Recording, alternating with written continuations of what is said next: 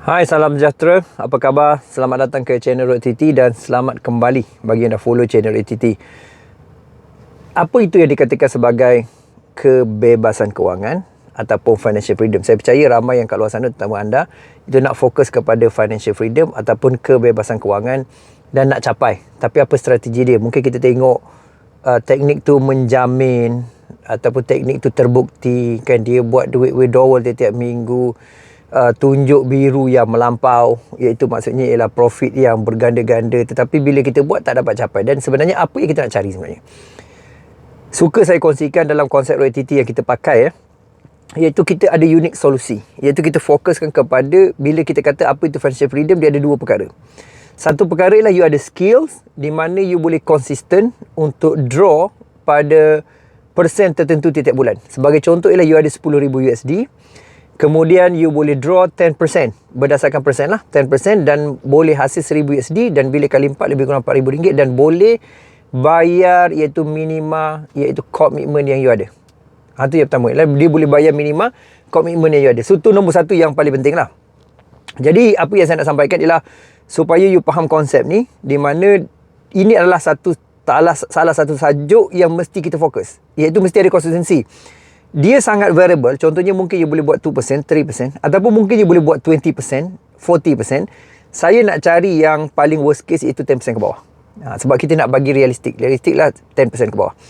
Jadi itu key utama lah yang saya nak sampaikan pada you. Maksud saya lah, you kena faham dari segi strategi, supaya you faham, okay, apa sebenarnya yang aku nak dalam hidup aku, dan apa sebenarnya yang aku boleh achieve dari segi tindakan, dari segi realiti, dari segi ilmu, kan, dari segi hasil yang kita boleh buat kajian lah. Maksudnya kita boleh hasilkan dari segi kefahaman-kefahaman tertentu. So ini adalah key utama pada saya untuk you faham konsep dia. Okay, yang kedua, apa yang you kena faham? Yang kedua yang you kena faham ialah mengenai target yang selalu saya sebut, terutamanya dalam training sekarang, ada strategi dan taktikal, ialah critical mass. Critical mass tu maksudnya lah, kita dah letak asset allocation, kan, di mana saya tak sebut apa itu asset allocation kali ni.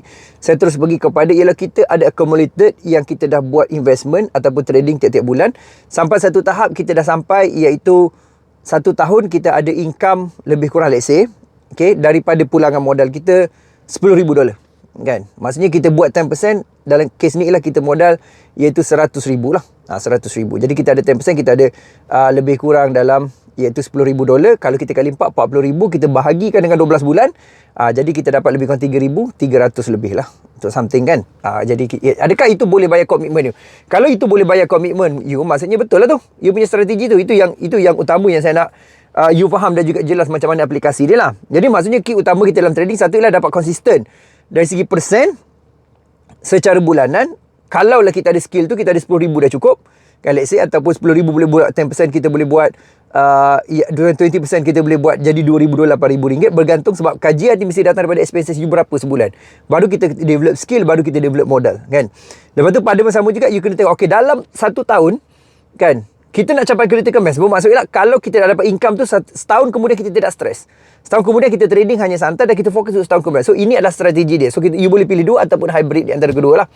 Okay, so itu antara key utama yang saya nak you faham, kenapa kita trading dan apakah mindset yang kita perlu ada. Jadi macam mana nak mula, macam mana nak buat course? Dia memang nak tak nak pun, you kena menguasai satu, ialah dikatakan sebagai disiplin, kan. Iaitu mesti ada ikut disiplin dari segi trading plan you. Itu key nombor satu, mesti ada disiplin. Maksudnya you boleh tahu, okay, di mana kekuatan bull dengan bear, di mana kekuatan macam mana aku nak tengok trend daripada single time frame, multi time frame. Lepas tu you nak entry, berapa modal, lot layer you, kan, berapa risiko you nak ambil, berapa risk tolerance, dan di antara profit dan loss you nak surplus pada hujung bulan, you nak surplus pada tiap minggu, surplus mungkin trading hari ni loss, you come back, lepas tu you dapat net balik. So itu key utama, dan ramai orang yang menyangkal ataupun tidak dapat ikut ni simple je, pasalnya dia tak percaya.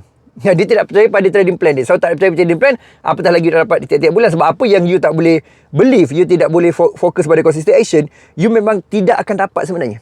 You memang tidak akan dapat, iaitu you punya hasil akhir nanti. Memang kita akan dapat sebenarnya. Sebab hasil akhir lah fokus kepada, iaitu mesti datang daripada consistency plan, kan, mesti datang daripada asas, iaitu you faham, okay, inilah strategi yang aku buat dan macam mana aku nak grow lebih banyak lagi. So itu key utama lah.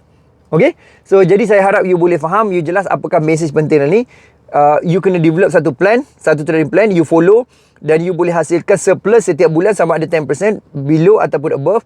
Dan satu lagi, target untuk critical mass. Kan message ni simple, tetapi dia sangat efektif dalam hidup saya dan mengubah banyak hidup juga trader yang follow, iaitu apa yang saya sampaikan ni. Jumpa lagi, dan please komen bawah ni, apakah plan you sebulan, berapa persen you nak buat, dan berapa setahun, dan apakah target you untuk jangka masa panjang. Jumpa lagi, dan salam hormat.